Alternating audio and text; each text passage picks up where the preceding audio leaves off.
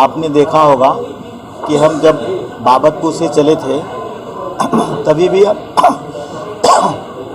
हमारे स्वागत के लिए मड़ियाहू से लेके जमालापुर से लेके नोनारी से लेके लोगों का बीच बीच में तांता लगा था और स्वागत हमारे लोग कर रहे थे। इस हर नेताओं का स्वागत होता है। मैं राष्ट्रीय अध्यक्ष हूँ समाज विकास क्रांति पार्टी का। मैं यहाँ का कैंडिडेट रह चुका हूँ निर्दल प्रत्याशी के रूप में।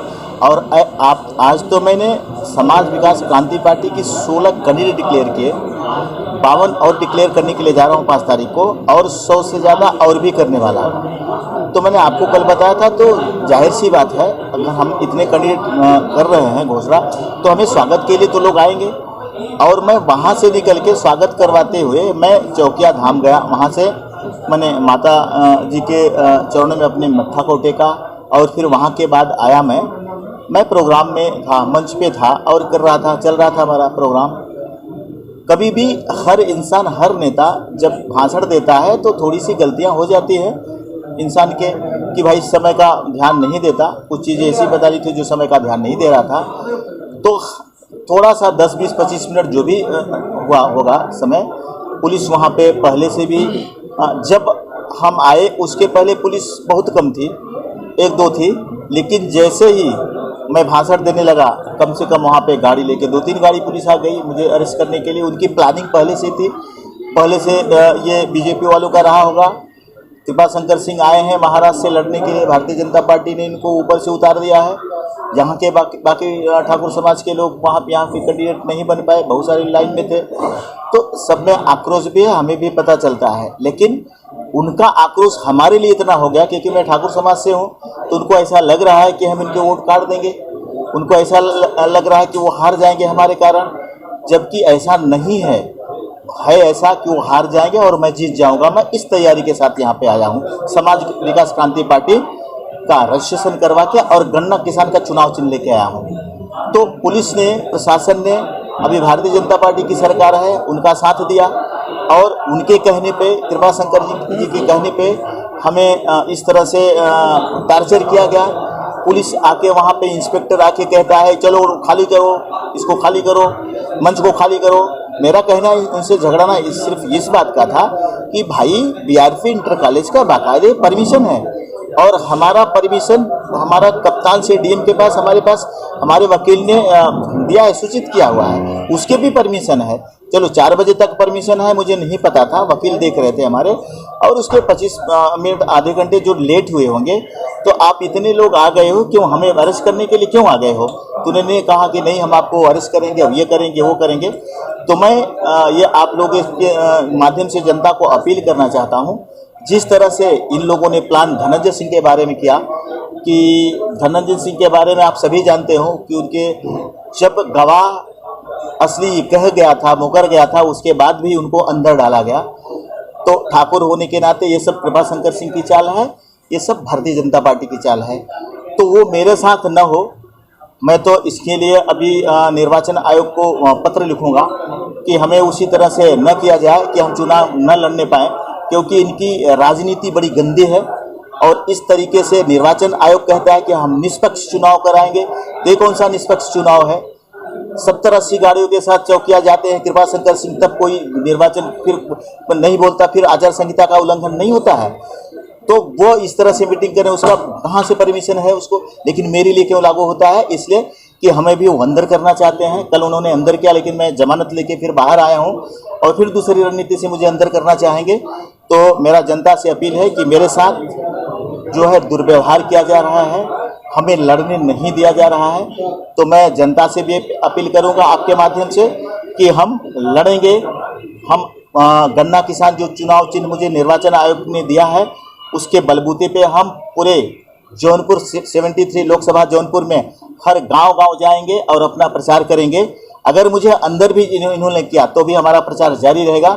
हम मुड़ेंगे नहीं, हम डटे रहेंगे, हम नीचे नहीं जाएंगे और हम ये तैयारी हमारी पूरी तरह से हम चुनाव लड़ेंगे। हमें प्रोटेक्शन कुछ भी नहीं मिलता है, हमें एक भी पुलिस नहीं आती है जब तक हम नहीं पूछो, एक भी पुलिस नहीं है, वहाँ कुछ भी हो सकता है, उसके लिए उनको उनकी परवाह नहीं है। हमको अरेस्ट करने के लिए 10 पुलिस आ जाती है, 4 गाड़ी आ जाती है, तो ये दुर्व्यवहार है। वो डरे हुए हैं भारतीय जनता पार्टी के।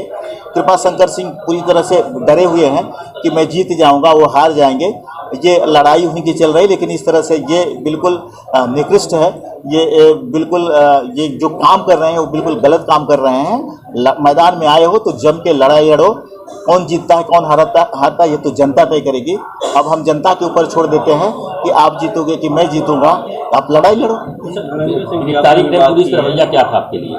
बिल्कुल बहुत बदतमीजी के साथ। चलो हम आप ये बताइए आचार संहिता का उल्लंघन करने वाले को अरेस्ट करके जेल के अंदर डाल दिया जाता है? ऐसा कभी हुआ है? धनंजय सिंह की आपने बात की थी। धनंजय सिंह भी चुनाव को लेकर जैसे ही हुआ चुनाव को लेकर अपनी घोषणा करते हैं, उसके बाद उनको गिरफ्तार कर लिया जाता है किसी उनको पुराने मामले में। क्या लग रहा है आप भी क्या धनंजय सिंह की तरह आगामी चुनाव में नहीं शिकार हो जाएंगे? मैं आपको वही कह रहा हूँ कि अगर वो मुझे वैसे ही जैसे धनंजय सिंह के साथ हुआ वैसे अगर मेरे साथ भी करना चाहते हैं तो भाई कानून आज उनका कानून प्रशासन उनके हाथ में है। आज उनकी सरकार है।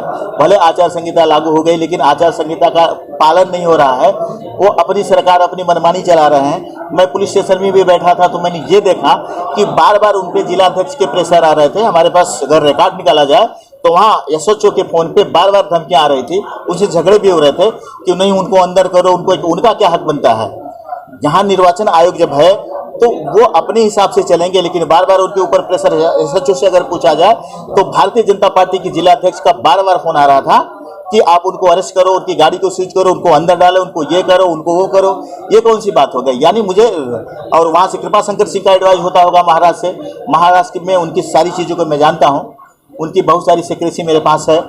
वो थोड़ा सा खुलासा एक मीडिया में चल रहा है। हाँ, मैं एक कर दे रहा हूँ आपको कि वो जब उनकी सरकार रही, जब होम मिनिस्टर रहे तो उन्होंने अपने ठाकुर समाज को दलित समाज बना के कुछ लाभ लेना चाहा था।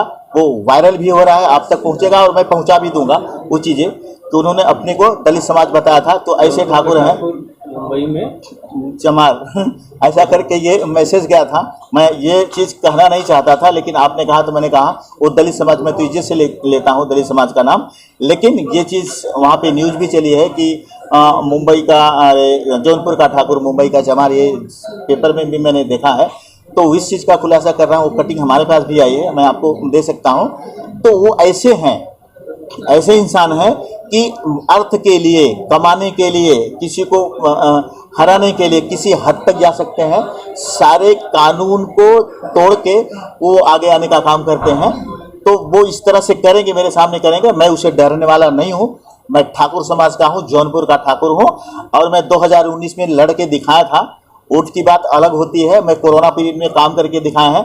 मैं हर जाति हर धर्म के लोगों को लेके चला हूँ, ठाकुर हूँ। भगवान श्री रामचंद्र जी का कहना है कि भाई आप भले राजपूत हो लेकिन लोगों की मदद करो। तो लोगों की मदद करना मेरा काम है, किसी को हरासमेंट करना मेरा काम नहीं है। आप भी क्षत्रिय हैं, धनंजय सिंह भी क्षत्रिय हैं और आपका कहना है कि वो राजनीतिक शिकार हुए, तो क्या अशोक सिंह धनंजय सिंह के समर्थन में उतरेंगे या उनसे समर्थन मांगेंगे? या मैं धनंजय सिंह से समर्थन मांगूंगा क्योंकि मैं चुनाव लड़ रहा हूँ।